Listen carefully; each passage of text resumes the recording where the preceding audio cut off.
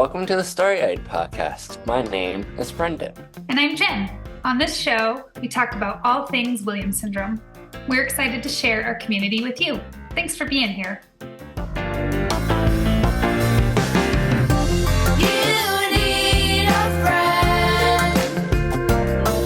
It's hard to not just try to do the accent. It is hard. Right? 34. 34. It's got a real Scottish brogue. Yeah, Erin's great. I was so excited when Erin first came to the social club back when it was the Adventure Seekers calls. She just joined one day and she was like, I'm joining from Scotland. And we're all just like, the whole room was like, yeah. Yes. Yeah, she's been a wonderful addition to the community. She's a regular in those, and so I'm really happy that more people are going to get to know her here. Yeah, she's really cool. Her and I talk every once in a while on Facebook because we're friends, obviously, on Facebook. So yeah, she's cool. And as she says, you can feel free to reach out to her on Facebook as long as you're cool. Safe, which I love that. And safe. Cool and safe. Yeah. So, gotta be cool, gotta be safe. Gotta be cool, safe. Yeah. And I think this was like a good conversation because we talked a lot about things, right? Like people, just like we were talking about on the podcast, like people have this, sometimes like Williams syndrome gets put in this like, happy box, right? Like they're so social and happy. And it's like, yes, but no. Also very anxious, Yes, right? Yes. Like we were talking about that, right? Like a lot of anxiety about health problems, a lot of anxiety about meeting other, coming to convention and all that's involved with doing that. Mm-hmm. And, I think she was like definitely a good ambassador. Of like all of that, right? Like you see the happiness, you see the socialness, but you also see like the concern and the anxiety about, the things that are going on in life. And she seems like a real sweet, wonderful person. It's been a great addition to the group. It just makes a person likable when you lead with empathy like the way she does. So and we coined a new term. Brendan coined a term that I'm going to use. Overly peopled or overly peopled? Overly people. Overly people. I also want to say one more thing about convention too. Yes. If you do decide to come, soak up as much as you can because it goes by quick. Yeah. So take a moment to soak it up and just live in the moment, be in the moment because it goes by like that. So today, as this is airing, we're obviously recording this. It releases on Tuesday. The Tuesday that everything opens, I believe at 12 noon Eastern time. When everything opens and people can register. Now, I will say, you don't have to jump on and register right away. Things are not going to sell out. We're not selling out of anything. You have time, so if you don't early bird does get the worm, though. Well, we want to go early in terms of like the month. You want to get early bird pricing. Early bird we don't need to go ham. We don't need to go ham. Break the internet. Everything else good with you guys? Yeah, everything is great. Mom's book is officially on Amazon. Her book's out. The book is out. Her book is out. See the music. Hear the light. Yep. Yes. Yep. And we're working on going to like all the libraries in Connecticut and doing this whole book kind of tour coming up. So, things are popping off. So I'm really excited. And I have high hopes, high expectations. I was telling your mom over the weekend, like such a good like niche to be in, like because like the younger kids, like we have so many books about disability for like younger audiences, but very few as the kids get older. And so I'm actually gonna get a book and put it in my kiddos' library at school. I'm going to donate it to the library so that they have one. And, I just think it's like, again, it's that perfect like teenage, preteen audience that we really are missing educational opportunities for. So I haven't read this book yet, Brendan. So I'm trusting that it has all the things in it that we need to You guys are gonna get a real kick out of Daniel. He is a hoot. Good. And yeah, I'm very excited to see what people think of the book and what their perception of Daniel. Daniel has Williams syndrome. Yes. Their perception of him is in the book. And it's really cool. There's a lot of lived experiences and stuff in it. So I bet there is. Get ready for a ride. It's really cool.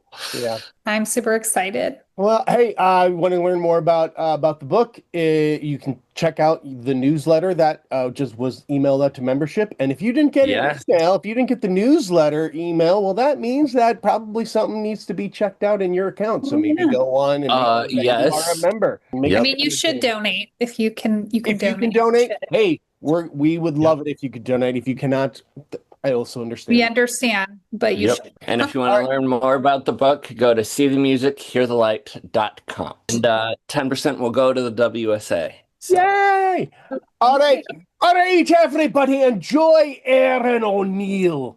What is this episode? What is this episode number? Say it in Scottish. 90. Oh, this is 91. This 91. Is 91, my lad. I love you guys so much. We've just probably insulted an entire. We totally insulted the entire. Yeah, we probably butchered the absolute bejesus out of it, but whatever. It's all in love, Erin. It's all in love. Yep. We love you. That's right. Cheers, all the good stuff. All right, take care, everybody. Enjoy the show. Hi, I'm Morgan Jane Starkman from Inner Sense Organic Beauty, and I'm so excited to share something that I love, our Hair Renew Scalp Hair Bath and Soothing Conditioner. Soothes my hair and soothes my scalp irritation. These products leave my scalp feeling truly calm, and they make me feel confident and cared for, and I think you'll love them too. Let's take care of our scalp and hair together. Try them today and save 15% on your first purchase with my code Morgan15 at InnerSenseBeauty.com. Hey, Erin, how are you?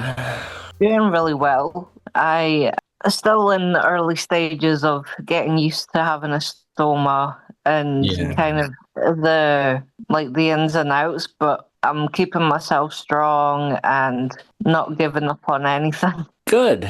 So for those who might not know who you are, why don't you take a second to tell everyone a little bit about yourself and introduce yourself. Hello to everybody in the Williams Syndrome Association. My love and support goes out to you as always. My name is Erin Oneill. I will be 34 in July, and I live in Scotland, in Edinburgh, and I am very passionate about Williams syndrome and about how people should come together in a unified way and be supported and loved like anybody should.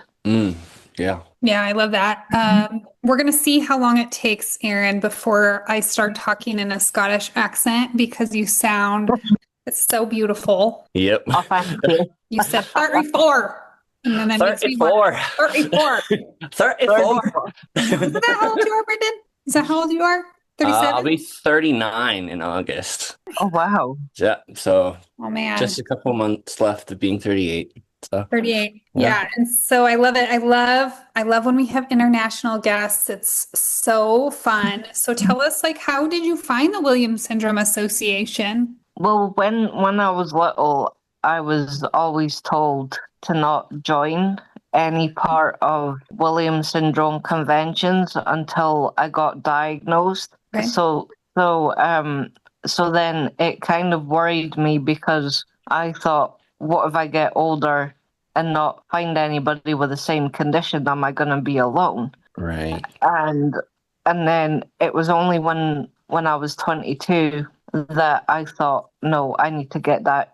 Even though someone told me I had it, I didn't get a formal diagnosis until I was 22. And then my world, I kind of felt similar to Jennifer, my world just crashed down in front of me, and I was like, what, how is this going to work as an adult? Mm-hmm. And I was kind of like concerned about like the medical side and like the life expectancy and like kind of all the ins and outs that people worry about when being diagnosed with something is how am I going to fit in? And then I spoke to a good friend of mine, Carrie Ann Adams. I love Carrie. Yep. I love her to bits, and she actually introduced me to the Williams Syndrome Association and told me to get in contact with some groups. So then I started talking to Trevor Brigman, who comes on some of the calls sometimes. I talk with Stephen McLean, and they just made me feel at home, and I'd never experienced that at all. Like just kind of that love and that kindness really got really hit me really hard. And then as I started getting to know everybody, I just started learning from everybody's experiences of the challenges that they face, the infinity to music and just the love and the laughter that they have with people just made me really engage with, okay, this might be hard, but I can deal with it. And I've bonded those friendships for like so many years. And the worst part was that I felt misunderstood as somebody with Williams syndrome. Mm-hmm. Like always bullied, always like, oh, you're just crying for attention and stuff, when people didn't realize, oh, Erin does have a medical condition that and it just stemmed like right through high school. And then my dad passed away 4 years ago today. And he was like a big part of like navigating Williams syndrome, because he felt that if nobody else was going to learn about Williams syndrome, that we would just be stuck in a world of, not belonging anywhere. And then I took it upon myself to try and understand Williams syndrome, whether it was talking to friends, whether it was getting an understanding of what life is going to be like. And then that's when I wanted to be a part of the association, because I wanted to feel loved and accepted regardless of who I was. Yeah. So you became part of the association once you formally got diagnosed. Yeah, I decided to be a part of the association because I wanted to be somewhere where I could relate to other people and to be a part of a community with open arms and not feel judged. Yeah. And did I just hear from Joel that you are coming to convention? This will be your first convention? Yeah, me and my mum were talking because she was over the moon that I was coming to a convention, and she broke down crying one day, and I was like, Mum, what's the matter? And she was like, you found your community. Yeah. And she was like, I didn't think you would be able to, but you've found Joel, you found Jennifer, you found other people in the association that really love you and care about you. Yeah. That's wonderful. Well, you're going to have so much fun. I don't know if you're ready for all the fun you're going to have. I'm not sure. Yeah, it's going to be a blast. And Brendan, you were around because your first convention, you went, had you ever been around that many people with Williams syndrome before? Like when you came to your first one? Not in that capacity. Okay. I mean, I had gone to camp. Oh, yeah, that's right. But not in that like magnitude of people. Because my first like actual convention was like Baltimore, because before that I would only go there to like play in the band that I had, the Can Do band. We were only there for like a day or two, and then we would go home. Like I wouldn't get to experience like the groups and all the fun stuff, and it was always kind of like work, set up, play, breakdown, yada yada. But Baltimore was like my first actual convention, and holy smokes, holy smokes, it was an experience for sure, a great experience for sure. Do you have tips for Erin? What is your tip? Because I get very nervous of people run up to me and go, "Hey, I've got the same condition as you," and I'm like, "Oh, what do I do?" You're gonna have a lot of that probably. Yeah, I I'm would gonna just have a say lot of that. if you need time for yourself, take time for yourself. It does get overwhelming. It does get a little too much sometimes in the best way possible, you know? But yeah, you find time for yourself and, breathe, right? Just take a few breaths, relax, everything will be all right, Yeah, Erin, will this be your first international trip? Yeah. Also, okay. All right. Oh, you got a lot of firsts coming for you. Yeah. Are you a flyer? Are you a good flyer? Yeah, like at first when I thought about the convention, I was kind of nervous because I was sort of like, not only will I have to get used to being surrounded by loads of people, but also the time difference. Yes. Yeah, right. Yeah, what is the time difference right now? It's like 5 or 6 hours, right? Like, yeah. Okay. Yeah. So you're nervous about that. Have you traveled before, like on planes and like went other places? Yeah, but just not to the States. Yeah, not that far. Mhm. Yeah. It's a big trip for you. So that's going to be super fun. So before you were like formally diagnosed, people knew you had Williams syndrome, but they just never had you tested. Like, Yeah. so I'm curious, like, what's that like? Like did the diagnosis like change anything for you or not really? Because you already knew that you had Williams syndrome. I think it was more of like when I was little, I always had like GI issues. Like Okay. always had like reflux. Like I was sick quite a lot and like had debt reception issues. Yeah. And then it was just like different people being like, "Oh, it's ADHD. You need to be put on Ritalin. It's this and that," but they weren't really going off. Oh, it could be Williams syndrome. And I met a really nice pediatrician from Africa called Rose Songle Williams. And she just took one look at me, and I was about 10. And she just took one look at me and looked at my parents and just went, "Yep, your child has Williams syndrome." And then from then on, it was sort of like trying to deal with loud noises, trying to kind of figure out what the loud noises were, like the whole hyperacusis. Yep. So then, like, all of that stemmed from when I was a kid to teenage, and then I developed a phobia of like being sick. Oh, yeah. And Because you were like sick a lot, or just because you were scared of getting sick? Just because I was scared of getting sick, because I didn't have a understanding of Williams syndrome back then and all of the GI issues that people can get. Sure. Yeah. And then it just kind of ran through from teenage years to like being scared of being sick and stuff, and then kind of navigating like adulthood life of what Williams syndrome is. And because of that, they put me on a welfare guardianship. Oh yeah. Okay. Right. How does it work? How does it work in Scotland? Do you live by yourself? Do you live with somebody? I did have a flatmate, but then I decided to live by myself. Okay. Which kind of helped because then I was able to navigate like everything. Yeah. So you live by yourself? Yeah.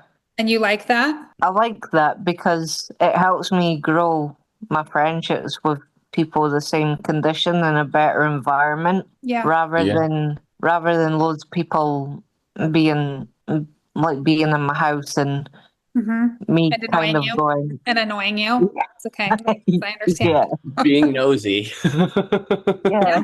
Yep. I too enjoyed living by myself, Erin. And, there's some perks to it. So I get that. Do you live like in an apartment building with like other people, or do you live in like in a house? Yeah, I live in an apartment building with like other people. Okay. People with disabilities or typical people or both? Only someone else with a disability, and then there's like 2 families that live up the stairs. Oh, okay. From where you are? Yeah. Okay, that's cool. Yeah. Cool. Yeah, I mean, I know, at least for like Stella, from what I see from her, like she's a very social person, but she also, maybe this is just genetic, like from me, like she also needs her time to be by herself to like recharge, just like you were saying, Brendan, right? Like going to convention is so much fun and you have a great, but then you get like a little socially overwhelmed and then you have to go have quiet time and be by yourself and decompress. Like, socially overwhelmed and socially over-peopled. Over-peopled. I like that. Yeah. So I guess I hadn't thought about it, but maybe that is more common with Williams syndrome people than we think. Like, it's like you like the social part, but you also like that quiet time too. Yeah. Do you have a job? When I came out of the hospital, because last year I was in hospital because my bowel had ruptured and I ended up being really ill. Oh, okay. And at the time, my colorectal surgeon, he was fantastic. He looked up Williams syndrome and stuff, and he was like, "Yep, I know what we're dealing with." And he was saying to me, because when I recovered, I didn't know what my life was going to be like as an adult with Williams syndrome with a stoma. Okay, you have a stoma? Yeah. Okay. And he was saying to me, there's probably many other people with Williams syndrome or with Down syndrome or any other condition that have a stoma and you just don't know it. You just don't know it. Yeah, for sure. I follow somebody on Instagram. He's like very famous and he has a stoma. He's real cute. And I've learned so much from him, like just from, what he puts out content wise. So it is more common than you think it is. Yep. And he was saying to me, he was like, because I speak about Williams syndrome a lot, and my colorectal surgeon was saying to me, he was like, I think what the problem is that there's only 1 in 30 GPs that will actually look after people with Williams syndrome and actually have an understanding of what WS is. And they may look at you and they might not know you have Williams syndrome, but it's only when you show symptoms that they're like, oh, I get it. And I think it can throw me off sometimes because I was talking to Brenda, who is the GI specialist in, I think it's Texas or somewhere. But she was saying to me at Williams Syndrome Foundation convention in Scotland that not very many GPs will relate to GI issues with Williams syndrome because they don't have the knowledge. Yeah. How many people are there? A lot of people with Williams syndrome in Scotland area, or do you have any locally that are close to you? We have a couple of people with Williams syndrome who live close to us, but I mean that's it, right? It's like three people. I'm the only. You're the only. Yeah. Yeah, you're the only. Well, and yeah, that's such a challenging place to be in. I mean, I know I'm not a person with Williams syndrome, so I can only speak from the parent perspective, but I think Stella gets caught in that a lot where, she doesn't outwardly look super disabled. And because people don't have a familiarity with Williams syndrome, once you meet people with Williams syndrome, even though you all are different, you can kind of see some similarities. And then, it makes it easier for me. Oh, okay, I can see now how Stella looks like many individuals with Williams syndrome. But in her community, she really doesn't. And so people she gets I think sometimes it's very hard because people don't treat her needs as seriously because they're not as overt. Yeah.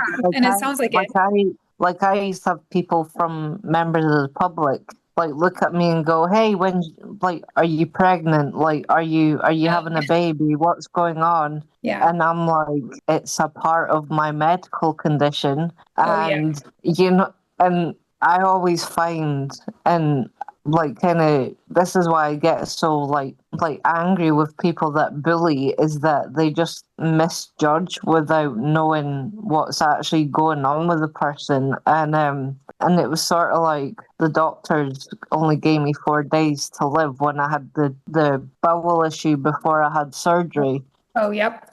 Like I'd said to my mom, can you make sure my friends are okay? Can you make sure like Trevor Brigman's okay? Because I don't want to die. I really don't want to die. And she knew how close I was with the association and how upset I was that I was having to like go through all of this. And then when I eventually got home, I was like, I can finally be with my friends again and not have to worry of like hospital stuff, because that's me all discharged now from all the medical care. And now look at you. Now you're getting ready in just a couple months to like have an amazing flight and come over here and meet all of your friends. What are you looking forward to at convention? I'm looking forward to being surrounded by amazing people and just being able to have a laugh and not worry about anything and just be myself. Yeah. That's wonderful. Are you bringing your mom, you said? I'm bringing them 2 support staff. Okay, 2 support staff. Ooh, that's exciting too. Oh, I think you're going to have the best time. And for people, like our time goes always so quick. I'm always surprised about this on the podcast. But like if people wanted to connect with you who don't know you already, is there a way that they can do that? Yeah, so if there's anyone out there who has Williams syndrome and they want to connect with me in a way that's safe, in a way that's not going to cause any problems. Love it.